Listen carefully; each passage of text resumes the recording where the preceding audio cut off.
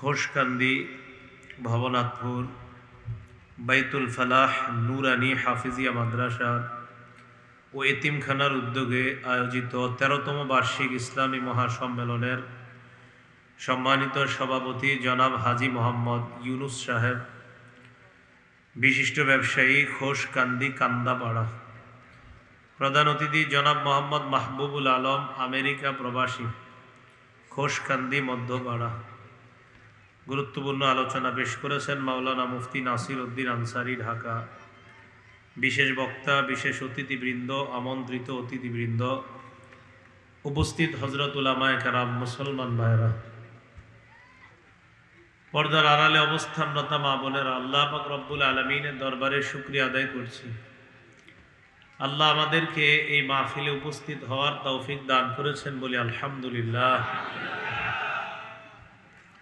সূরা কাহফ ৬০ নম্বর আয়াতে কারিমা থেকে আপনাদের সামনে তেলাওয়াত করলাম।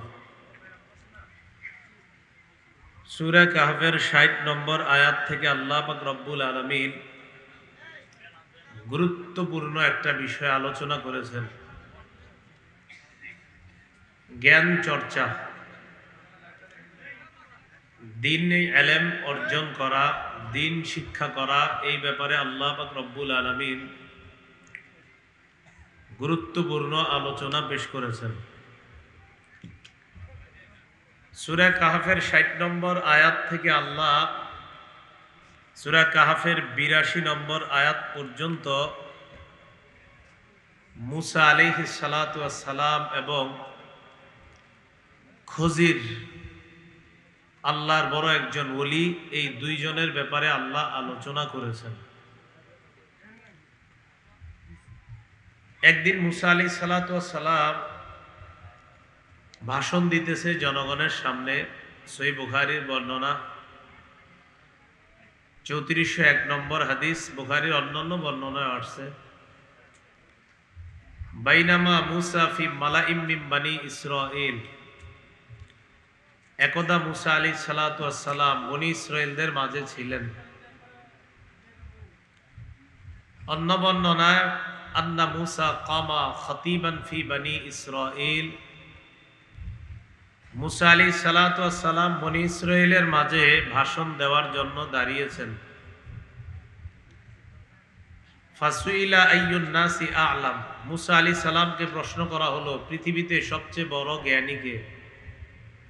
ফাকালা আনা, মুসা নবী বললেন আমি। ফাআতাবাল্লাহু আলাইহি, এই যে মুসা নবী বললেন আমি সবচেয়ে বড় জ্ঞানী। প্রথম কথা, মুসা নবীর জবাবটা একদিক থেকে পরিপূর্ণ সঠিক, কারণ যেই নবী যেই যুগে থাকে ওই নবী সবচেয়ে বড় জ্ঞানী হয়। কিন্তু মুসা নবী যে বলছেন আমি সবচেয়ে বড় জ্ঞানী, আল্লাহ এই শব্দটা এইভাবে শ্রবণ করাটা পছন্দ করেননি। তাই মুসা নবীর আল্লাহ একটু শাসন করলেন। আওহাল্লাহু ইলাই, আল্লাহ মুসা নবীর প্রতি ওহী প্রেরণ করলেন। বালা আব্দুনা খজির, মুসা আমার একজন বান্দা আছে নাম খজির। এটা এক বর্ণনা, এটা বুখারীর বর্ণনা। আরেক বর্ণনায় আন্না আবদাম মিন ইবাদিনা বিমাজমাইল বাহরাইন, মুসা দুই সমুদ্রের মিলনস্থলে আমার বান্দাদের মধ্য থেকে এক বান্দা আছে, ওই বান্দা হুয়া আ'লামু মিনকা, সে আপনার চেয়েও বড় জ্ঞানী। মুসা নবী বললেন আমি। তো আল্লাহ বললেন না, একজন বান্দা আছে, তিনি আপনার চেয়ে অনেক বড় জ্ঞানী। কিছু বিষয় তিনি জানেন, এমন বিষয় যেগুলো আপনিও জানেন না। মুসা আলাইহিস সালাতু ওয়াস সালাম এই কথা শুনে আল্লাহকে বললেন কাইফা লি বিহ, আল্লাহ তার কাছে যাওয়ার উপায় কি? আল্লাহ পাক রব্বুল আলামিন বললেন তাখুযু হুতান মাকা, একটা মাছ আপনার সাথে নেবেন। এই মাছটা আপনার সাথে নিয়ে, তাফসীর কারকগণ লিখেছেন ভাজি মাছ, মাছটা হবে ভাজা আর কি। এটা নিয়ে তাজআলুহু ফি মিকতালিন, একটা থলের মধ্যে, ব্যাগের মধ্যে রেখে দিবেন।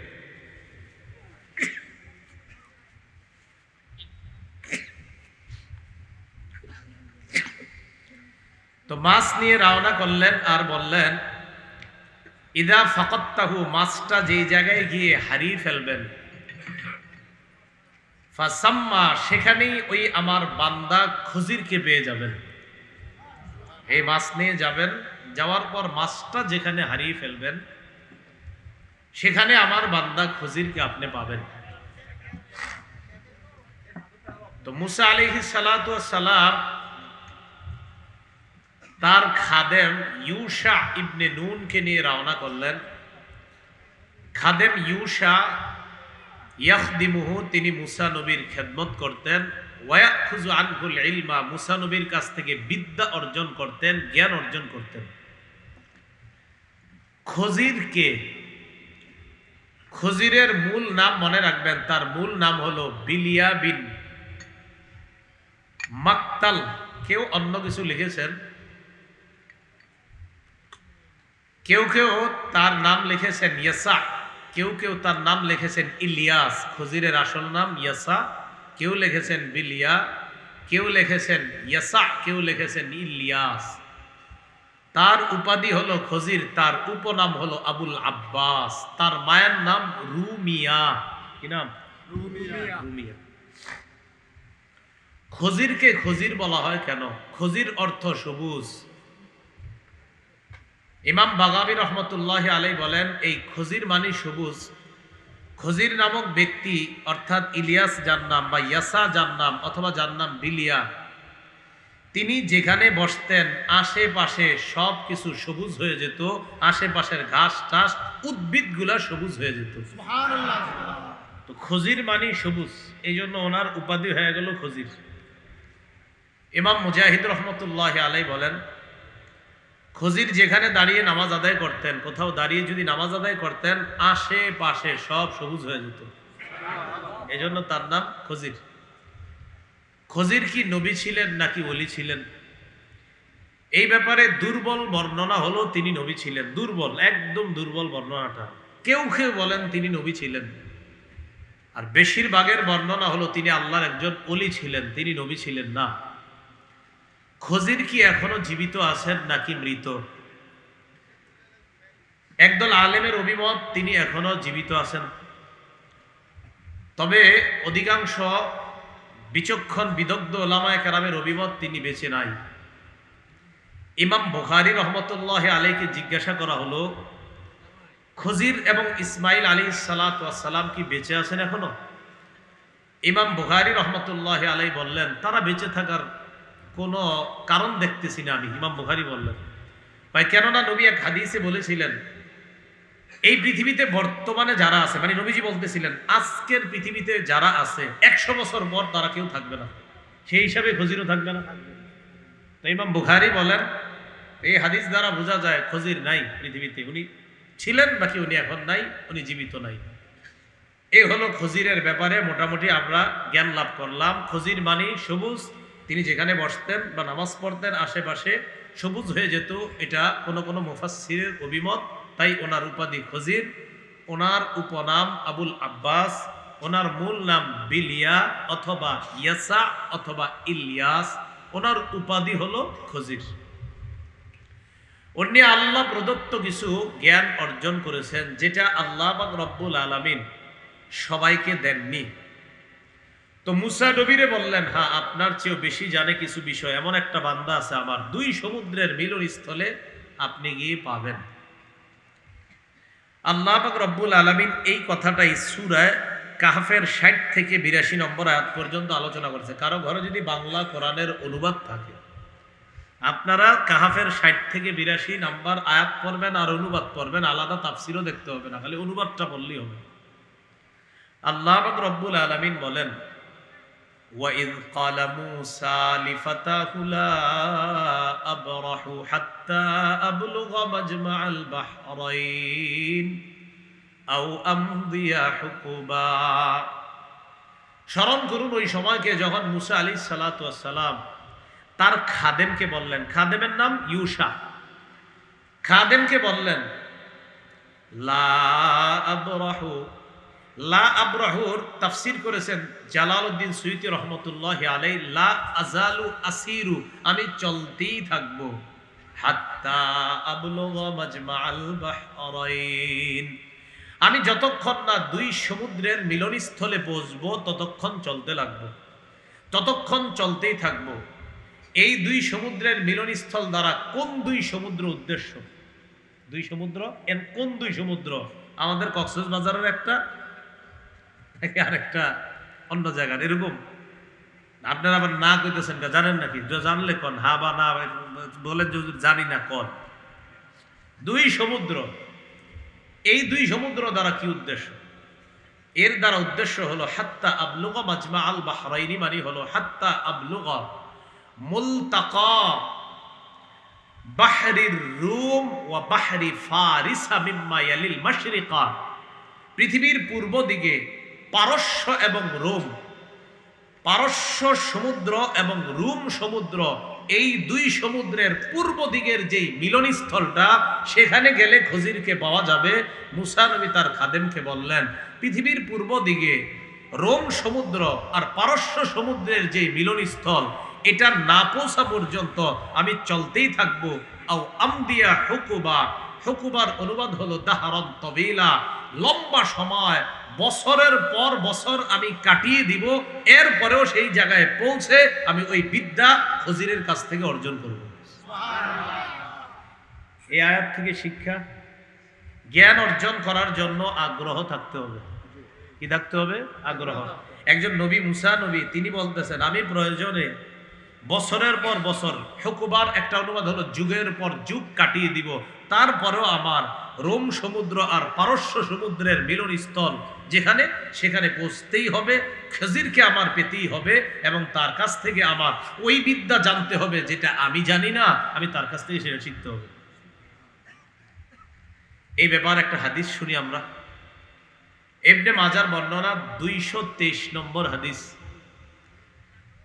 কাইস ইবনে কাসির রহমতুল্লাহি আলাইহির বর্ণনা, তিনি বলেন, কুনতু জালিসান ইনদা আবি দারদা রাদিয়াল্লাহু তাআলা আন ফি মসজিদি দিমাশক ফাআতাহু রাজুলুম মিনাল মাদিনাতি মিন মাদিনাতি রাসূলিল্লাহি সাল্লাল্লাহু আলাইহি ওয়াসাল্লাম। কাইস ইবনে কাসির বলেন, আমি মসজিদে দামেস্ক তথা দামেস্কের মসজিদের মধ্যে নবীর সাহাবী আবু দারদা রাদিয়াল্লাহু তাআলা আনহুর পাশে বসা। দামেস্কের মসজিদ, ওই মসজিদে নবীর সাহাবী আবু দারদা রাদিয়াল্লাহু তাআলা আনহুর কাছে বসা। ইতিমধ্যে এক ব্যক্তি আসছে মদিনা থেকে। কোত্থেকে? মদিনা। মিন মাদিনাতি রাসূলিল্লাহি সাল্লাল্লাহু আলাইহি ওয়াসাল্লাম। শোনো, আল্লাহ রসুলের যে শহর মদিনা হিসাবে সারা পৃথিবীতে বিখ্যাত, ওই মদিনা থেকে এক ব্যক্তি আসছে দামেস্কের মসজিদে আবু দারদা রাদিয়াল্লাহু তাআলা আনহুর কাছে। কেন আসছে? আবু দারদা তাকে প্রশ্ন করলেন, কি ব্যাপার, তুমি এখানে আসছো কেন? তিনি জবাব দিলেন, হাদিসুন বালাগানি আন্নাকা তুহাদ্দিসুহু আর রাসূলিল্লাহি সাল্লাল্লাহু আলাইহি ওয়াসাল্লাম। একটা হাদিস যাচাই করার জন্য শুধু আপনার কাছে আসছে। আমার কাছে একটা হাদিস পৌঁছেছে। এই হাদিসটা আমার কাছে পৌঁছার পর আমি জানতে পারলাম হাদিসের বর্ণনাকারী নাকি আপনি। কে? আবু দারদা, ওই যার কাছে আসছে। আমি আবার বলছি, আবু দারদার কাছে মদিনা থেকে এক ব্যক্তি আসছে। আবু দারদা বললেন, তুমি কেন আসছো? ওই ব্যক্তি জবাব দিলেন, আমি জানতে পারলাম আমার কাছে একটা হাদিস পৌঁছেছে, এই হাদিসটা নাকি আপনি নবীর থেকে বর্ণনা করেছেন। আমি শুধু এতটুকু নিশ্চিত হতে আসছি যে আসলে নবীজি এই হাদিসটা বলছে কিনা, শুধু একটু জানবো যে আপনি সত্যিকার অর্থে এই হাদিসটা নবীর কাছ থেকে শুনছেন কিনা, আর আপনি এই হাদিসের বর্ণনাকারী কিনা। তাহলে কয়টা বিষয় জানতে আসছে? কতটুকু জানেন? আসছে এই একটা বিষয় জানতে 1200 কিলোমিটারের উপরে। 500 কিলোমিটার। আজকে এই গুগলে সার্চ দিবেন মদিনা থেকে দামেস্কের দূরত্ব কত, দেখবেন প্রায় 1267 উপরে উঠবে। একটা হাদিস শুধু এটা নবী বলছে কিনা এতটুকু যাচাই করতে বাস 1000 কিলোমিটারের উপরে পথ পাড়ি দিয়ে আইসা গেছে। একটা হাদিস শুধু যাচাই করবে যে এটা আপনি বলছেন কিনা, বাস একটু বললেই হবে। তো আবু দারদা সাহাবী, উনি অবাক হয়ে গেলেন, তুমি আসলে এই কাজে আসছো? হ্যাঁ, শুধু এই কাজে আসছি। আমা কাদিমতা লিতিজারা, তুমি কোনো ব্যবসার জন্য আসনি? কয় না। ওয়ালা জাআ বিকা গায়রুহু, এই হাদিস ছাড়া অন্য কোনো কাজে আসো নাই, বা বিশ্বাস করেন অন্য কোনো কাজে আসেনি, শুধু একটু যাচাই করতে এই হাদিস আপনি বলছেন কিনা বলেন। তো আবু দারদা রাদিয়াল্লাহু তাআলা আনহু স্বীকার করলেন, হ্যাঁ এই হাদিস রাসূলের থেকে আমি বলেছি। হাদিসটা কি? ক্বালা রাসূলুল্লাহ সাল্লাল্লাহু আলাইহি ওয়াসাল্লাম, মান সালাকা তরিকান ইয়ালতামিসু ফীহি ইলমা ওয়া ফি রিওয়ায়া ইয়াতলুবু ফীহি ইলমা সাখালাল্লাহু লাহু বিহি তরিকান ইলাল জান্নাহ। কোন ব্যক্তি যদি ইলম অন্বেষণ করার জন্য পথ অতিক্রম করে, রাস্তা অতিক্রম করে, মাদ্রাসায় বিদ্যা অর্জনের জন্য রাস্তাটায় রওনা করছে, রাস্তা দিয়ে হাঁটা আরম্ভ করছে, আল্লাহ নবী বলেন যেই পরিমাণ রাস্তা হেঁটে যায় ওই পরিমাণ রাস্তা কিয়ামতের ময়দানে কমিয়ে জান্নাতে যাওয়ার রাস্তা সহজ করে দেয়। দুনিয়াতে আপনি কথার কথা সারা জীবন 100 মাইল হাঁটছেন বিদ্যা শেখার জন্য, আল্লাহ কিয়ামতের মাঠে 100 মাইল কমায়া আগে আগে জান্নাত দিয়ে দিবে। এই হাদিসের মধ্যে আসছে, ওয়া ইন্না তালিবাল ইলমি লা ইস্তাগফিরু লাহু মান ফিস সামাওয়াতি ওয়াল আরদ হাত্তাল হিতানু ফি জাওফিল মা। ইলম অন্বেষণ করে যে ছাত্রগুলা, তাদের জন্য আসমান জমিনের যারা আছে, এমনকি সমুদ্রের মাছ পর্যন্ত তাদের জন্য আল্লাহর কাছে ক্ষমা প্রার্থনা করে আর বলে, আল্লাহ মাদ্রাসার এই ছাত্র ভাইটাকে আপনি মাফ করে দেন। সুবহানাল্লাহ। ওয়া ইন্নাল মালাইকাতা লাতাদউ আজনিহাতাহা রিদান লিতালিবিল ইলম। রাসূলুল্লাহ সাল্লাল্লাহু আলাইহি সাল্লাম বলেন, মাদ্রাসার ছাত্রগুলো যখন রাস্তা দিয়ে হাঁটে, ফেরেশতাগণ, নবীজি ফেরেশতা বলেন নাই, বলছেন ফেরেশতাগণ তাদের ডানাগুলো বিছিয়ে দেয়, ছাত্রের প্রতি সন্তুষ্ট হয়ে তাদের ডানা বিছিয়ে দেয়, জি ছাত্র ভাই আমার ডানার উপর দিয়ে আপনি হেঁটে যান। এই হাদিসেই নবীজি বলেন, ওয়া ইন্নাল উলামা ওয়ারাসাতুল আম্বিয়া, আলেমগণ হলেন নবীদের ওয়ারিস। সুবহানাল্লাহ। ওয়া ইন্নাল আম্বিয়া আলাম ইউরিসু দিনারা ওয়ালা দিরহামা, নবীগণ কাউকে স্বর্ণ এবং রূপার উত্তরাধিকার বানায় না, ইন্নামা ওয়ার রাসূল ইলমা, নবীগণ আলেমদেরকে বিদ্যা কোরআন হাদিসের উত্তরাধিকার বানায়া দেয়। নবীগণ স্বর্ণের উত্তরাধিকার বানায় না, রূপার উত্তরাধিকার বানায় না, নবীগণ তাদের যে বিদ্যা, তাদের জ্ঞান, এই জ্ঞানের উত্তরাধিকার উলামায়ে কেরামদেরকে বানায়া যায়। আমরা নবীরা আলেমগুলা আলেমদের কাছে দিয়ে গেলাম, এই আলেমরা আমাদের রেখে যাওয়া জ্ঞানটাকে জনগণের সামনে বন্টন করে দিবে। মিরাজ বন্টন করুন লাগে না? তো নবীদের মিরাজ কি? জ্ঞান। এই জ্ঞান উলামায়ে কেরাম ছাত্রদের সামনে, জনগণের সামনে বন্টন করে দিবে। আর এই জন্যই ওয়াজ মাহফিলে আপনারা আসেন, যেন আলেমরা নবীদের পাওয়া মিরাজ আপনাদের সামনে বন্টন করে দেন। রাসূলুল্লাহ সাল্লাল্লাহু আলাইহি সাল্লাম বলেন, শোনো, ফাদলুল আলিমি আলাল আবিদি কাফদলিল কমারি আলা সাইরিল কাওয়াকিব, আকাশের সব তারকার চাইতে চন্দ্রের যেমন মর্যাদা, দুনিয়ার সব আবেদের চাইতে একজন আলেমের তেমন মর্যাদা। সুবহানাল্লাহ। তো যাই হোক, এই হাদিসটা জানার জন্য এক ব্যক্তি প্রায় 1000 কিলোমিটারের উপরে সফর করে আসছে, শুধু জানবে যে এটা আসলে নবীর হাদিস কিনা। তাহলে নবীর ব্যাপারে কোনো কিছু বলতে সাবধানতা অবলম্বন করা দরকার আছে না নাই? হ্যাঁ, নবীর ব্যাপারে উল্টা পাল্টা বলা যাবে না, কত সতর্কতা যে আসলে নবী বলছে কিনা। তো মুসা নবী রওনা করছে বিদ্যা অর্জন করার জন্য, যে যুগের পর যুগ কাটিয়ে দিব, তারপরেও আমার এই বিদ্যা শিখতে হবে। এজন্য মনে রাখবেন, ইমাম মালিক রহমতুল্লাহি আলাইহি বলেন, আল ইলমু বাখিলুন জিদ্দা, ইলম কৃপণ। বলেন সবাই, ইলম কি? বিদ্যা কৃপণ। লা ইউতিকা বা'দা হাত্তা তু'তিয়াহু কুল্লাক। ইমাম মালিক কয়, বিদ্যাকে যদি তোমার সর্বস্ব বিলিয়ে না দাও, বিদ্যা তোমাকে তার কিঞ্চিত দিবে না। এই বিদ্যা এত কৃপণ, তুমি যদি তোমার সর্বস্ব তাকে বিলিয়ে না দাও, বিদ্যা তার কিঞ্চিত পরিমাণও তোমাকে দিবে না। ওরে তুমি নিজেকে বিলিয়ে দিতে হবে। তো আল্লাহ বলেন, মুসা আলাইহিস সালাতু ওয়াস সালাম রওনা করলেন। তাহলে মুসা নবীর চাইতেও বেশি জানে এক ব্যক্তি। কি জানে? আল্লাহ কয় গেলেই বুঝবেন কি জানে। তো যান, তাহলে সমুদ্রটা জানি, দুই সমুদ্র কোন কোন? পারস্য আর রোম। এই দুই সমুদ্রের মিলনস্থলে যাবে। দুইজনে রওনা কইরা চলতে লাগলো। ফালাম্মা বালাগা মাজমাআ বাইনিহিমা, দুই সমুদ্রের মিলনস্থলে যখন পৌঁছে যায়, নাসিয়া হুতাহুমা, দুই সমুদ্রের মিলনস্থলে পৌঁছার পর মুসা নবী বিশ্রাম নেওয়ার জন্য একটা পাথরের উপর মাথা রেখে ঘুমিয়ে যায়। এই পাথরের ব্যাপারে মুফাসসিরিনে কেরাম বলেন, এই পাথরের নিচে একটা পানি আছে, এই পানিটাকে বলা হয় আবে হায়াত। এই আবে হায়াত পানি যদি কোনো মৃত প্রাণীর উপর ছিটিয়ে দেওয়া হয়, আল্লাহ পাক রব্বুল আলামিন ওই প্রাণী জিন্দা করে দেয়। এটা ওলামাদের অভিমত কারো কারো। তো ডুলার মধ্যে, ডুলা চিনেন নি আপনাদের দেশে? ডুলা, আচ্ছা মাছ, আচ্ছা ঠিক আছে। আজ এটা কেমনে ছিলেন, দাম মিললে না কয় ডুলা। তো মাছ যে ডুলার মধ্যে বা থলের মধ্যে, এই মাছ হইছে খাদেমের কাছে। তো মুসা নবী যখন ঘুমাইছে, খাদেম সাহেবও মাছ ওখানে রাখছে। ইতিমধ্যে ওই আবে হায়াতের পানি দিয়ে খাদেম সাহেব ওযু করছে। এটা মুফাসসিরিনে কেরামের অভিমত। ওযু করার সময় তিনি একটু পানি ওই মাছটার উপরে ছিটিয়ে দিছিল। কোন মাছ? ভাজা মাছের উপরে ছিটিয়ে দেওয়ার পরে দেখে মাছ ওখান থেকে লাফ দিয়া বের হইয়া একটা সমুদ্রের মধ্যে চলে গেল। লেজ দিয়া সমুদ্রের পানিকে এইভাবে নাড়া দিল। আল্লাহ পাক রব্বুল আলামিন এই সমুদ্রের মাঝখানে একটা সুড়ঙ্গ তৈরি করে দিল, মাছ সেখান দিয়ে চলে গেল।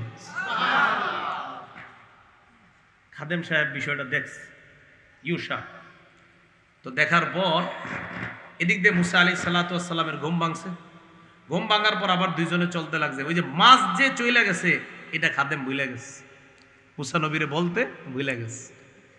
মনে পড়ছে কখন দেখেন, ফালাম্মা বালাগা মাজমাআ বাইনিহিমা নাসিয়া হুতাহুমা, দুইজন যখন সমুদ্রের মিলন স্থলে পৌঁছে যায়। দুই সমুদ্র, কোন দুই সমুদ্র? রোম এবং পারস্যের দুই সমুদ্রের মিলন স্থল। নাসিয়া হুতাহুমা, মাছের কথা ভুলে যায়।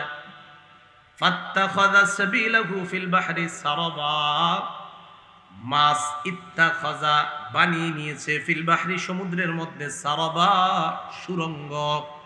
মাছ সমুদ্রের মধ্যে বানিয়ে নিয়েছে সুরঙ্গ। তাফসীরের কিতাবে আসছে আর শাক্কুত তাবিল, লম্বা একটা সুরঙ্গ তৈরি করে মাছ সেদিক দিয়ে চলে গেছে। তো এই সুরঙ্গ দিয়ে মাছ চলে যাওয়ার পর এবার ইউসা যিনি খাদেম, তিনি ব্যাপারটা ভুলে গেছে। মুসা নবীর ঘুম ভাঙছে, আবার রওনা করছে সামনের দিকে। ফালাম্মা জাওয়াজা ক্বালা লিফাতাহু আতিনা গাদাআনা লাকাদ লাকিনা মিন সাফারিনা হাযা নাসাবা। মুসা আলাইহিস সালাতু ওয়াস সালাম আর খাদেম যখন একটু অতিক্রম করলো, খিদা লেগে গেছে। আসলে আল্লাহ খিদা লাগাইছে, মনে পড়াই তুই তো। মুসা আলাইহিস সালাতু ওয়াস সালাম বললেন, তার খাদেমকে বললেন, আতিনা গাদাআনা, এই নাস্তা আনো।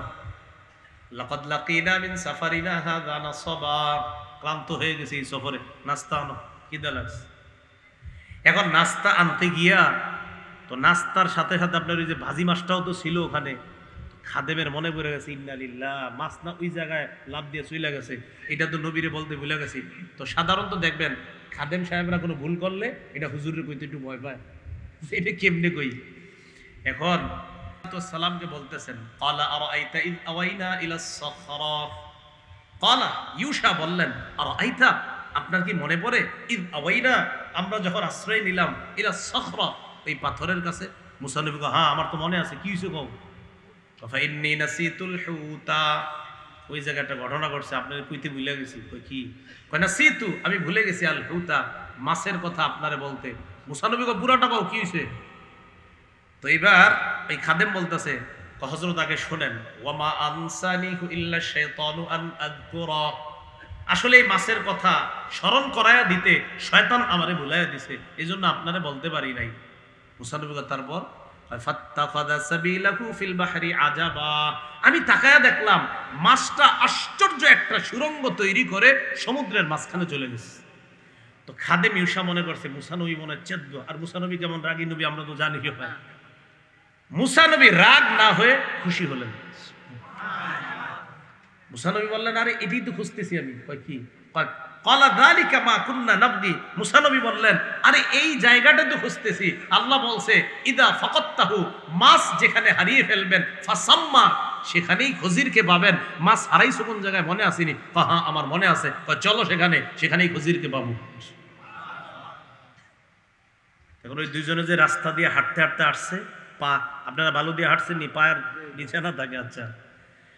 ফারতাদ্দা আলা আসারিহিমা কসাসা, পদাঙ্ক অনুসরণ করতে করতে যেখান থেকে এসেছিল আবার ঘুরে ওই পথ ধরে পদাঙ্ক অনুসরণ করতে করতে আবার আগের জায়গায় গিয়ে পৌঁছে যায়। পৌঁছার পর কি হলো?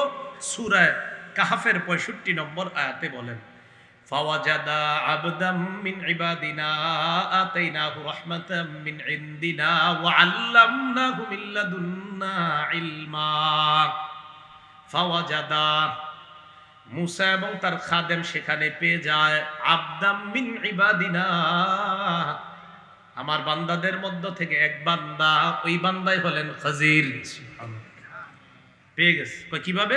বুখারীতে আসছে মুসাজ্জান বিসাউবিন, কাপড় মুড়ি দিয়ে একজন বসে রয়েছে। বুখারীতে আসছে মুসাজ্জান বিসাউবিন, কাপড় মুড়ি দিয়ে বসে রয়েছে। মুসা আলাইহিস সালাতু ওয়াস সালাম বললেন, বুখারীতে আসছে, সালাম দিলেন, আসসালামু আলাইকুম। খজির কাপড়ের ভিতর থেকে বলতেছে, কে এখানে সালামের আওয়াজ? মুসা নবী বললেন, আমি মুসা। কোন মুসা? বনি ইসরাইলের মুসা। জি, আমি বনি ইসরাইলের মুসা। তো এই কথা বলার পর আপনি এখানে কেন? মুসা নবী কয়, আমি তো আপনার কাছে একটা কাজে আসছি। কি কাজ? আল্লাহ আপনার কি বিদ্যা দিছে, যে বিদ্যা নাকি আমার জানা নাই, এটা শিখতে আসছি আপনার কাছে। খজির বললেন, হ্যাঁ, আমাকে আল্লাহ একটা বিদ্যা দিছে যেটা আপনাকে দেয়নি, আর আপনাকে যে বিদ্যা আল্লাহ দিছে সেটা আমাকে দেয়নি। ইতিমধ্যে কি হয়েছে আপনার? ওয়াকআ উসফুরুন আলা হারফিস সাফিনা, ইতিমধ্যে আপনার একটা চড়ুই পাখি আসছে। চড়ুই পাখি আইসা, এটা একটা জাহাজের একটা নৌকার কিনারায় বসছে। বসার পর ফানাকারা নাকরাতান আও নাকরাতাইনি, সমুদ্রের মধ্যে ওই চড়ুই পাখিটা একটা ঠোকর অথবা দুই ঠোকর এইভাবে মুখ দিয়া পানি উঠেছে। একটা ছোট্ট চড়ুই পাখি সমুদ্রে একটা অথবা দুইটা ঠোকর দিছে, এইভাবে দেওয়ার পর পানি উঠেছে। এখন আপনারা বলেন তো, একটা সমুদ্রের মধ্যে চড়ুই পাখি যদি এক ঠোকর বা দুই ঠোকর দেয়, অনেকগুলা পানি মুখে আসে। হ্যাঁ? খজির বললেন, মুসা, এই চড়ুই পাখির ঠোঁটে পানিটা দেখছেন? মা নাকাসা ইলমি ওয়া ইলমুকা মিন ইলমিল্লাহি ইল্লা ফি হাদিহি নাকরা ফি নাকরাতি হাদাল উসফুরি ফিল বাহর।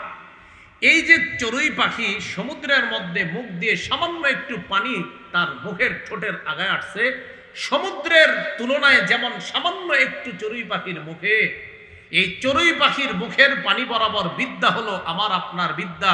সারা দুনিয়ার বিদ্যা হলো এই সামান্য ফোঁটা, আর পুরা সমুদ্রের বিদ্যাটা রবের কাছে। সমুদ্র পরিমাণ বিদ্যা যদি রবের কাছে থাকে, আর আমগরে সামান্য একটু দেওয়ার পরে এতে আমরা আল্লামা লেখি 14 বার। হ্যাঁ, তো পোস্টারে যদি 3-4 বার না লেখেন তো সুন্দর হয় না। আমার নামে শুরুতে লিখেন, আল্লাহ জানে, দেই নাই, মাহফিলও কাটা যাইতে পারে, এটা ভুলেও লিখবেন না। মুসা আলাইহিস সালাতু ওয়াস সালাম খজিরকে বললেন, আমার আপনার বিদ্যা এতটুকুই, তো ঠিক আছে, আপনি কি ধৈর্য ধারণ করতে পারবেন? আমার কাছ থেকে বিদ্যা শিখতে হলে ধৈর্য লাগবে প্রচুর। তাহলে আমরা এতক্ষণের আলোচনা থেকে দুইটা বিষয় শিখছি। এক, বিদ্যার জন্য সফর করতে হবে, আরেকজনের কাছে যাইতে হবে। 2, আগ্রহ থাকতে হবে প্রচন্ড। এতটুকু শিখলাম। এবার 3 নাম্বার একটা বিষয় আমরা শিখব। ও আল্লাহ বলেন, আমার বান্দাকে পেয়ে গেল আতাইনাহু রাহমাতাম মিন ইনদিনা, যেই বান্দাকে আমার পক্ষ থেকে রহমত দিয়েছি, মানে খজিরকে। এই রহমত দ্বারা কি উদ্দেশ্য? তো মুফাসসিরিনে কেরাম বলেন, একটা উদ্দেশ্য নবুওয়াহ, আমার যেই বান্দাকে আমি নবুয়ত দিয়েছি, আমি আগেই বলছি আপনাদেরকে এই বর্ণনাটা দুর্বল। দ্বিতীয় রহমত দ্বারা উদ্দেশ্য হলো ওয়ালায়া, এই ওয়ালায়াতান দ্বারা উদ্দেশ্য হলো অলি, আমার এই বান্দাকে আমি অলি হওয়ার যোগ্যতা দান করেছি। এই ব্যাপারটা সবাই মেনে নিয়েছেন। তো আমার এই বান্দাকে মুসা নবী পেয়ে গেছে। আর কি? ওয়া আল্লামনাহু মিন লাদুন্না ইলমা, আমি আমার পক্ষ থেকে খজিরকে একটা আলাদা স্পেশাল বিদ্যা দান করেছি। এটাকে আরবিতে ইলমে লাদুন্নি বলা হয়। কি বলা হয় বলেন তো? ইলমে লাদুন্নি মানে আল্লাহ প্রদত্ত বিদ্যা। এই কথা বলার পর এবার ৬৬ নম্বর আয়াতে মুসা আলাইহিস সালাতু ওয়াস সালামের বক্তব্য আল্লাহ বলতেছেন, قال له موسى هل أتبعك على أن تعلمني مما علمت رشدا। মুসা নবী বললেন, আমি কি আপনাকে অনুসরণ করতে পারি ওই বিদ্যা শিক্ষা করার ক্ষেত্রে যেই বিদ্যা আল্লাহর পক্ষ থেকে আপনাকে শেখানো হয়েছে, এই বিদ্যা শিখার জন্য আমি কি আপনার অনুসরণ করতে পারি? এটা মুসা নবী খজিরকে বললেন। তাহলে আমরা ৩ নাম্বার একটা শিক্ষা এখান থেকে পেয়ে গেলাম, বিদ্যা অর্জন করার জন্য উস্তাদের আনুগত্য করা লাগবে। বিদ্যা অর্জন করার জন্য উস্তাদের আনুগত্য করা লাগবে। এই কথা শোনার পর খজির জবাব দিলেন, ক্বালা ইন্নাকা লান তাসতাতিআ মাইয়া সাবরা। নিশ্চয়ই আপনি কিছুতেই আমার সাথে ধৈর্য ধারণ করতে পারবেন না। চতুর্থ শিক্ষা, এলেম শিখার জন্য ধৈর্য লাগে। তাহলে আগ্রহ, সফর, উস্তাদের অনুসরণ, ধৈর্য। এখন আপনারাও ধৈর্য ধরে বসে আছেন যে হুজুর কোন বিদ্যা একটু পরে আমরা শিখবো, হ্যাঁ একটু পরে আসবে, এমন কিছু বিদ্যার কথা আসবে প্রথম শুনলে আপনাদের মাথার মধ্যে মনে হবে এটা কি কোনো কথা, পরে দেখবেন না আসলে এটাই ঠিক। শুনতে থাকেন। এবার খজির বললেন, ওয়া কাইফা তাসবিরু আলা মা লাম তুহিত বিহি খুবরা। এমন বিদ্যা শিক্ষা করার ব্যাপারে আপনি কিভাবে ধৈর্য ধারণ করবেন যেই বিষয়ে আপনাকে জ্ঞান দেওয়া হয় নাই। মাইক কমায় দেন, হয়তো ইকু চলতেছে, ইকু কমায় দেন। ইকু একদম টোটাল দিবেন না, আর ইকু না হইলে মাইক যদি বাড়া থাকে মাইক কমায় দেন। মসজিদের দেয়ালের সাথে মনে হয় মাইকের আওয়াজ গিয়ে বাড়ি খাচ্ছে। হ্যাঁ, এই কথা বলার পর মুসা নবী বললেন, ক্বালা সাতাজিদুনি ইনশাআল্লাহু সাবিরান ওয়া লা আ'সি লাকা আমরা। ইনশাআল্লাহ, আল্লাহ চাহেন তো আপনি আমাকে ধৈর্যশীলদের অন্তর্ভুক্ত পাবেন। আমি আপনার কোন বিষয়ের অবাধ্য হব না। আমি আপনার অনুসরণ করার ক্ষেত্রে কোন বিষয়ে অবাধ্যতা করব না। আপনি আমাকে ধৈর্যশীল পাবেন। সূরা কাহফের ৭০ নম্বর আয়াতে এবার খজিরের বক্তব্য আল্লাহ উপস্থাপন করেন, ক্বালা ফাইনিত্তাবাতানি ফালা তাসআলনি আন শাইইন হাত্তা উহদিসা লাকা মিনহু যিকরা। খজির বললেন, আপনি যদি আমার অনুসরণ করেন তাহলে আমি আপনাকে কোনো বিষয়ের ব্যাখ্যা না বলা পর্যন্ত কোনো প্রশ্ন করবেন না। আবার প্রথম থেকে শোনেন, মুসা নবী বললেন, আমি কি আপনার অনুসরণ করতে পারি এমন বিদ্যা অর্জন করার ক্ষেত্রে যেই বিদ্যা আল্লাহর পক্ষ থেকে আপনাকে দেওয়া হয়েছে? খজির জবাব দিলেন, আপনি ধৈর্য ধরতে পারবেন না। মুসা নবী বললেন, ইনশাল্লাহ আমাকে ধৈর্যশীল পাবেন। খজির বললেন, তাহলে ঠিক আছে, যদি আমার অনুসরণ করেন আমি কোনো বিষয়ের ব্যাখ্যা না দেওয়া পর্যন্ত শুধু দেখতে থাকবেন, কোনো প্রশ্ন করবেন না। এখন আপনারাও শুনবেন, শুনে আপনারাও খালি ধৈর্য ধরে মানে একটু ধৈর্য ধরবেন। জিগাইন না হুজুর এটার জবাব কি, জবাব আল্লাহ দিয়ে দিবে, খালি শুনবেন, দেখেন কি কয়। তো মুসা নবী বললেন, কোনো সমস্যা নাই, আপনি যা যা বলবেন সব মাইনে আনিছি, এবার চলেন বিদ্যা শিখবো। বিদ্যা শিখা শুরু। তাহলে আপনারা ৩টা বিষয় মুখস্থ করবেন, আপনাদেরকে কিন্তু আমি জিজ্ঞাসা করব, আপনারা জবাব দিতে হবে। প্রথম বিদ্যা, সূরা কাহফের ৭১ নম্বর আয়াত থেকে আল্লাহ এবার বিদ্যা শিখানো শুরু করতেছেন। ফানতালাকা, মুসা এবং খজির চলতে লাগলেন। আলা সাহিলিল বাহরি, সমুদ্রের কিনারা দিয়ে দুইজন চলতে লাগলেন। হাত্তা ইযা রাকিবা ফিস সাফিনাতি খারাকাহা,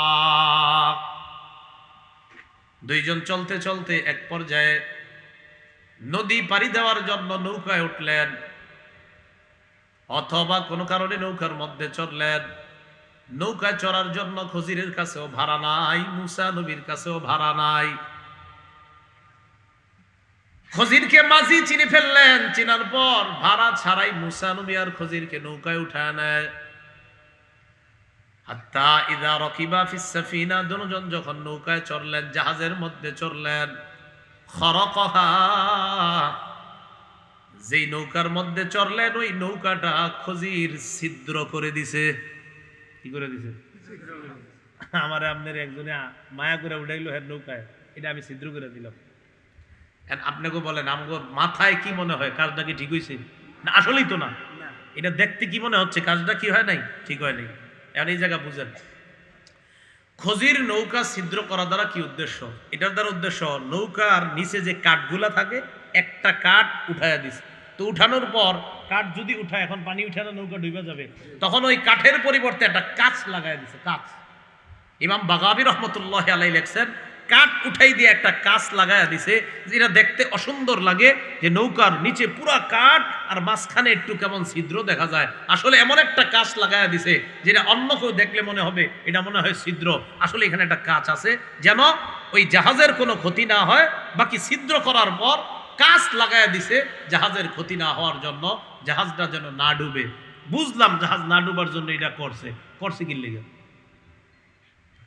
এখন মুসা নবী কয়, আপনি জাহাজটা ছিদ্র করলেন জাহাজের অধিবাসীগুলোরে ডুবানোর জন্য, লাকাদ জিতা শাইআন ইমরা, আপনি একটা খারাপ কাজ করছেন। কি কাজ করছেন? খারাপ কাজ করছেন। এবার খজির বলতেছে, ক্বালা আলাম আকুল ইন্নাকা লান তাসতাতিআ মাইয়া সাবরা, আমি না বলছি আপনি ধৈর্য ধরতে পারবেন না? আমি তো আগেই বলছি।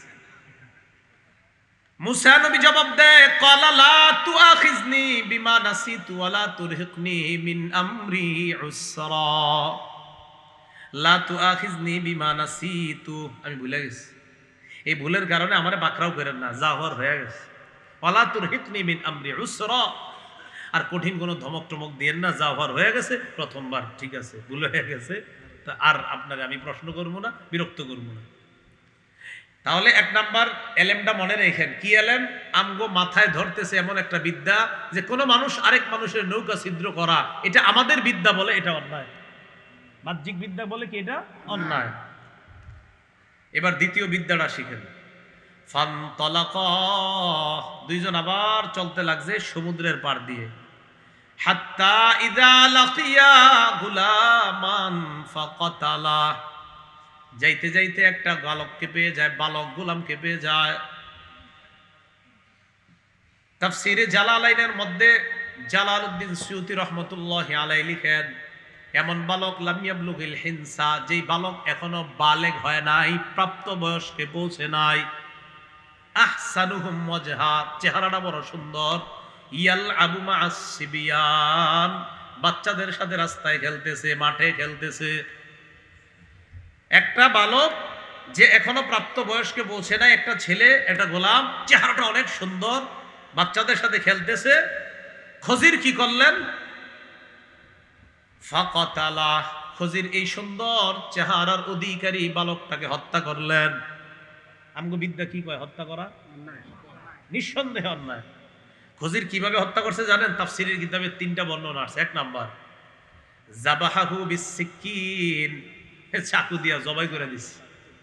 যাবাহাহু বিসসিকিন, চাকু দিয়া পুরা জবাই করে দিছে, এই একটা। 2 নাম্বার, খজির কি করলেন? হাত দিয়ে এইভাবে মাথাটা ধরে চাকু দিয়ে পুরা দেহ থেকে মাথা পুরা আলাদা করে ফেলছে, এটা দ্বিতীয়।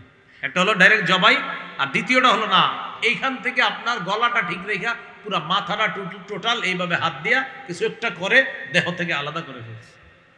আরেকটা, দরবাহু বিল জিদার ফাকাতালা, দেয়ালের সাথে মাথাটা নিয়ে একটা ধাক্কা মারছে, হত্যা করছে। তো এই ছেলেটারে হত্যা করার পর আমার আপনারই তো মেজাজ খারাপ হয়ে গেছে। এখানে যারা আছি আমরা, মুসা নবী তো আল্লাহর নবীদের মধ্যে আল্লাহ যাকে সবচেয়ে বেশি রাগ দিয়েছিলেন তিনি, তো মনে রাখেন নবীদের রাগ আবার যে রাগটা খারাপ রাগ না, মুসা নবীর রাগ নিঃসন্দেহে খারাপ না, অন্যায়ের বিরুদ্ধে রাগে ছিলেন তিনি। মুসা নবী বললেন, আকাতালতা নাফসান যাকিয়াতাম বিগাইরি নাফস, কত সুন্দর একটা ছেলেকে আপনি হত্যা করলেন, নিষ্পাপ। হত্যার বদলে হত্যা করেন নাই, এই ছেলেটা অন্য কাউকে যদি হত্যা করতো তাহলে বুঝতাম ওই হত্যার বিনিময়ে হত্যা করছেন। সে তো কাউকে হত্যা করে নাই, কোনো অপরাধ করে নাই, নিরপরাধী একটা এত সুন্দর চেহারা বিশিষ্ট ছেলেকে হত্যা করলেন। কি করে দেখেন, লাকাদ জিতা শাইআন নুকরা, আপনি অপছন্দনীয় একটা কাজ করছেন, এমন একটা কাম করছেন যেই কাম কোনো মানুষের পছন্দ হইতেই পারে না, এটা একটা ঘৃণিত কাজ করছেন। আগে কইছে খারাপ কাজ, এটা হইলো ঘৃণিত কাজ। খজির জবাব দেয়, ক্বালা আলাম আকুল লাকা ইন্নাকা লান তাসতাতিআ মাইয়া সাবরা, মুসা নবী, আমি কি আপনাকে বলি নাই আপনি আমার সাথে ধৈর্য ধরতে পারবেন না? তাহলে কয় বিদ্যা হইল? আলেম ছাড়া অন্যরা বলেন 1 নাম্বার বিদ্যাটা কোনটা? হ্যাঁ, নৌকা উঠা কি করছে? আমগো বাহ্যিক বিদ্যা কি কয় কাজটা খারাপ। 2 নাম্বার, একটা ছেলেকে কি করছে? হত্যা করছে। বাহ্যিক বিদ্যা কি কয়? বিষয়টা খারাপ। এবার মুসা নবী কয়, ক্বালা ইন সালতুকা আন শাইইন বাদাহা ফালা তুসাহিবনি। যাওয়ার হয়ে গেছে, এরপরে যদি আপনার আর কোনো প্রশ্ন করি আমার আর নিন না। ইন সালতুকা আন শাইইন বাদাহা, এরপর যদি আপনাকে প্রশ্ন করি ফালা তুসাহিবনি, আমাকে আপনার সাথে নিয়েন না। এরপর আর কোনো প্রশ্ন করব না আমি যদি প্রশ্ন করি আমাকে আপনি সাথেই নিয়েন না। কদ বালাগতা মিন লাদুন্নি উযরা, তখন আমার পক্ষ থেকে সর্বোচ্চ উযরের শেষ সীমানায় পৌঁছে যাবেন, মানে এরপরে আর আমি কোনো উযর পেশ করব না।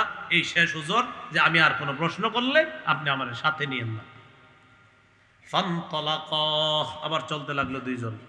হাত্তা ইযা আতায়া আহলা ক্বরিয়াতিন ইসতাতআমা আহলাহা, এক গ্রামে গেছে, গ্রামের অধিবাসীদের কাছে খাবার চাইছে। মুসাফির মানুষ, খিদা লাগছে, আম করে খাবার খাওয়া।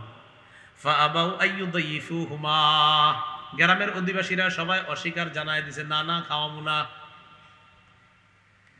মুসা নবী আর খজির দুইজন খাবার চাইলেন, আমরা ক্ষুধার্ত মুসাফির, খাবারের ব্যবস্থা করেন। আগের জামানায় মুসাফিরদেরকে খাবারের ব্যবস্থা করাটা এটা স্বাভাবিক ব্যাপার ছিল। তারা দুইজন বললেন খাবারের ব্যবস্থা করেন। ফাআবাউ আইয়ুদাইফুহুমা, গ্রামের সবাই তাদের দুইজনকে মেহমানদারি করতে অস্বীকৃতি জানায়, না খাওয়ামু না। তাহলে এই এলাকার মানুষের জন্য কিছু করতে মন চাইব যারা খাওয়ায় না? তো ঠিক আছে, খানা টানা খাওয়ায় না। ফাওয়াজাদা ফিহা জিদারা, ওই গ্রামের মধ্যে একটা দেয়াল পেয়ে গেছে। কোন গ্রাম? যেই গ্রামের মানুষগুলা তাদেরকে মেহমানদারি করেননি, ওই গ্রামের মধ্যে একটা দেয়াল পাইল। ইউরিদু আইয়ান কদ্দা, যেই দেয়ালটা আপনার এইভাবে থাকার কথা এটা এইভাবে না থেকে এইভাবে হয়ে গেছে, মানে পড়ে যাবে উপক্রম, যেই কোনো সময় পড়ে যেতে পারে, একটা অ্যাক্সিডেন্ট ঘটতে পারে। খজির কি করলেন? ফাআকামা, সুন্দরভাবে দেয়ালটা আবার আগের জায়গায় সুন্দরভাবে স্থাপন করে দিলেন, লাগায়া দিলেন। কোন এলাকাবাসীর দেয়াল বলেন তো? যে এলাকাবাসী মেহমানদারি করেন। মুসা নবী কয়, দেয়াল লাগাই দিচ্ছেন, কাজ করছেন, ভালো কাজ, কাজের তো পারিশ্রমিক চাইতে পারেন, এই পারিশ্রমিক দিয়ে আমরা দুজন খামু।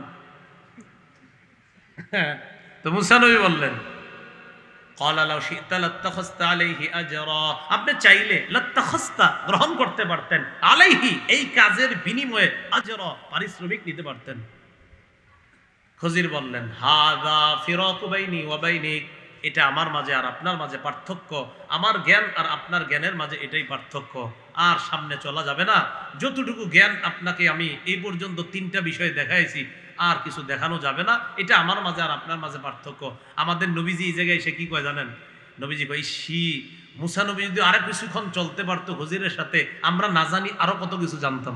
সুবহানাল্লাহ। আমাদের নবীজি এই জায়গায় বলতেছে যে মুসা নবী যদি আরো কিছুক্ষণ চলতেন তো না জানি আল্লাহ আমাদেরকে আরো কত কিছু জানায় দিতেন। তো 1 নাম্বার জাহাজ ফুটা, 2 নাম্বার বাচ্চা হত্যা, 3 নাম্বার খানা টানা খাওয়ায় নাই, ওই এলাকার দেয়াল ঠিক করে দিছে, যে এলাকার মানুষ এরকম খারাপ আচরণ করছে আর হেদের দেয়াল ঠিক করে দিছে। খজির বললেন, এই যে 3টা ঘটনা ঘটছে আমার সাথে আপনি ছিলেন, তো যাই হোক এগুলো আপনার বিদ্যায় ধরে নাই, কারণ আপনার কাছে আছে শরীয়তের বিদ্যা, আর আমার যেই বিদ্যাটা এটা হলো আল্লাহ প্রদত্ত আরেকটা বিদ্যা। আপনার বিদ্যাটা হলো এই পৃথিবীতে মানুষকে পরিচালনা করার জন্য বিদ্যা। তো আমার আর আপনার বিদ্যার মাঝে পার্থক্য। সাউনাব্বিউকা, অবশ্যই আমি আপনাকে ব্যাখ্যা করব, বিতাউইলি, আমি অবশ্যই আপনাকে ওই বিষয়ের ব্যাখ্যা অবহিত করব, জানিয়ে দিব, মা লাম তাস্তাতি আলাইহি সবরা, যেই বিদ্যার ব্যাপারে আপনি ধৈর্য ধরতে পারেননি তখন এই বিদ্যার ব্যাখ্যাগুলা আমি আপনাকে দিয়ে দিব। 1 নাম্বার বিদ্যা ছিল জাহাজ ফুটা করলাম, আপনি বাহ্যিক দৃষ্টিতে দেখলেন আমি তাদের জাহাজটা ফুটা করলাম, কিন্তু আমি ফুটা করার কারণে আমি তাদের একটা উপকার করে দিছি। কি? আম্মাস সাফিনাতু ফাকানাত লিমাসাকিনা ইয়ামালুনা ফিল বাহর ফাআরাদতু আন আইবাহা ওয়া কানা ওয়ারাআহুম মালিকুন ইয়াখুযু কুল্লা সাফিনাতিন গাসবা জাহাজটা ছিল একদল অসহায় মানুষের। আম্মাস সাফিনা, জাহাজটা ছিল ফাকানাত লিমাসাকিনা, একদল অসহায় দরিদ্র মাঝিদের এই জাহাজটা ছিল। ফাআরাদতু আন আইবাহা, আমি জাহাজটা ত্রুটিযুক্ত করতে চাইলাম। কেন? ওয়া কানা ওয়ারাআহুম মালিকুন ইয়াখুযু কুল্লা সাফিনাতিন গসবা, পিছনে একজন জালেম বাদশা ছিল। এই জালেম বাদশা ডাকাতদেরকে সমুদ্রের মধ্যে পাঠায়। সমুদ্রের মধ্যে জলদস্যুরা সমুদ্র ঘুরতে ঘুরতে জাহাজ ছিনতাই করে। যেই জাহাজগুলা দেখতে সুন্দর ওই জাহাজগুলা ছিনতাই করে নিয়ে যায়। যেই নৌকাগুলার মধ্যে কোনো ত্রুটি থাকে না ওই নৌকাগুলা ছিনতাই করে নিয়ে যায়। আমি খজির আল্লাহর পক্ষ থেকে যখন জানতে পারলাম জালেম বাদশা এই গরিব মানুষের জাহাজটাও ছিনতাই করবে, আমি বুদ্ধি করে একটা ছিদ্র করলাম। ছিদ্র করার পর ওই জালেম বাদশার ডাকাত দলের সদস্যরা যখন এই জাহাজটা দেখবে, দেখার পর দেখবে নিচে বড় একটা কাঠ নাই। এই কাঠ না থাকার কারণে পানি উঠা জাহাজ যে কোনো সময় ডুবে যাবে। এই যখন ছিদ্রটা দেখবে, দেখার পর জলদস্যুরা আর এই ত্রুটিযুক্ত জাহাজটা নিবে না। মুসা আপনি দেখলেন জাহাজ ছিদ্র করার কারণে এই জাহাজটা ডুবে যাবে, মানুষগুলা ডুবে যাবে। আপনার চোখে বিষয়টা দেখতে খারাপ মনে হয়েছে, কিন্তু আমি জাহাজ ছিদ্র করার কারণে এই জাহাজ যখন জাকাত দলের মানুষগুলা নিবে না, ওই গরিব মাঝিগুলা তাদের জাহাজটা আবার ঠিক করে ফেলবে। এরপর আবার জাহাজের মাধ্যমে তারা হালাল রিজিক উপার্জন করবে। আপনি দেখলেন জাহাজ ছিদ্র, আমিও দেখছি ছিদ্র। বাদশার জলদস্যুরা ঈশা যখন দেখবে ছিদ্র, না না না না, এটা নিব না, এটা ত্রুটি, এটা খারাপ, এইটা যে কোনো সময় নষ্ট হয়ে যাবে। এরা চলে যাওয়ার পর এই গরিব মানুষগুলা তাদের ওই কাঠটা আবার জায়গা মতো লাগায় দিলে জাহাজ আবার চলবে, নৌকা চলবে, তারা হালাল উপার্জন করবে। আপনার চোখে মনে হয়েছে বিষয়টা খারাপ, কিন্তু আমি আল্লাহর পক্ষ থেকে জানছিলাম কিছুক্ষণের জন্য জাহাজটা ত্রুটি থাকলে জলদস্যুরা আর এটা চিন্তাই করবে না। পরে ওই মানুষগুলা তাদের জাহাজ ঠিক করবে। কেমন যেন আপনার চোখে যেটাকে খারাপ মনে হয়েছে, আল্লাহ প্রদত্ত বিদ্যার মাধ্যমে আমি বুঝলাম এটা খারাপ না, এটাই ভালো, বরং জাহাজ তাদেরকে রক্ষার ব্যবস্থা আমি করে দিলাম। জাহাজটা কি রক্ষা হইলো না চিন্তা হইলো? রক্ষা। যদি ভালো থাকতো চিন্তা হয়ে যেত।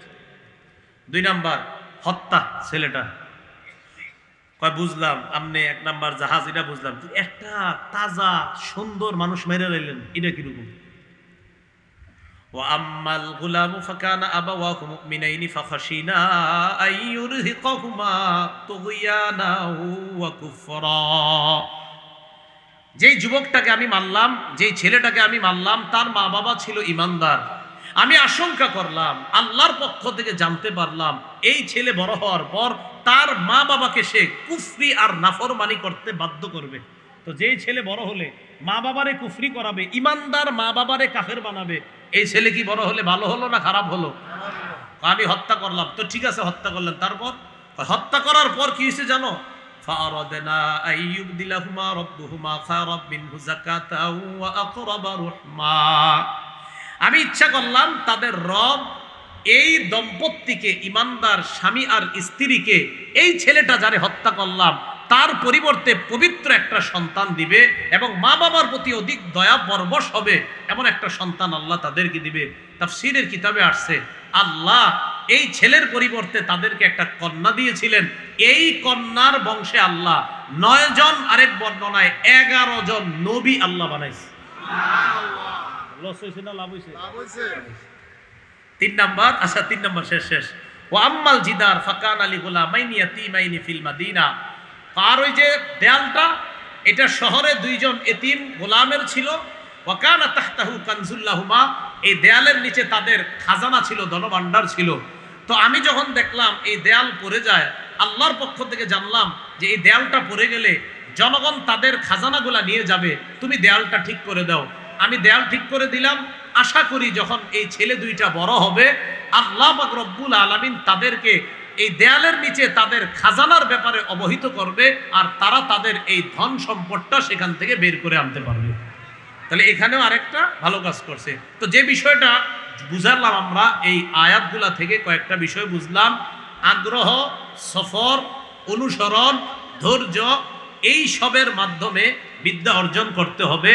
আর বিদ্যা অর্জন করতে গিয়ে অনেক সময় আমার মনে হবে এই বিষয়টা আমার মনোভূত হচ্ছে না, না, আপনি ধৈর্য ধরতে হবে, একটু পরে দেখবেন আসলে এই বিষয়টা আপনার মনোভূত হয়ে যাচ্ছে। প্রথমে আপনার মনে হবে না এটা তো ঠিক হচ্ছে না, তো আস্তে আস্তে যখন আপনি পরিপূর্ণ বিদ্যা অর্জন করবেন তখন আপনার কাছে যেটা ঠিক মনে হয় না সেটাকেও ঠিক মনে হবে ইনশাআল্লাহ। আল্লাহ পাক রব্বুল আলামিন আমাদের সকলকে যে কথাগুলা শুনলাম বললাম, আমরা যে আলোচনা শুনলাম, এই আলোচনা থেকে দ্বীনি ইলম অর্জন যারা করে তাদের সহযোগিতা করব, তাদের সাথে থাকব এবং নিজেরাও দ্বীনি ইলম অর্জন করার চেষ্টা করব। আল্লাহ তৌফিক দান করেন। ওয়া আখিরু দাওয়ানা আনিল হামদুলিল্লাহি রাব্বিল আলামিন। আলহামদুলিল্লাহি রাব্বিল আলামিন ওয়াল আকিবাতু লিল মুত্তাকিন।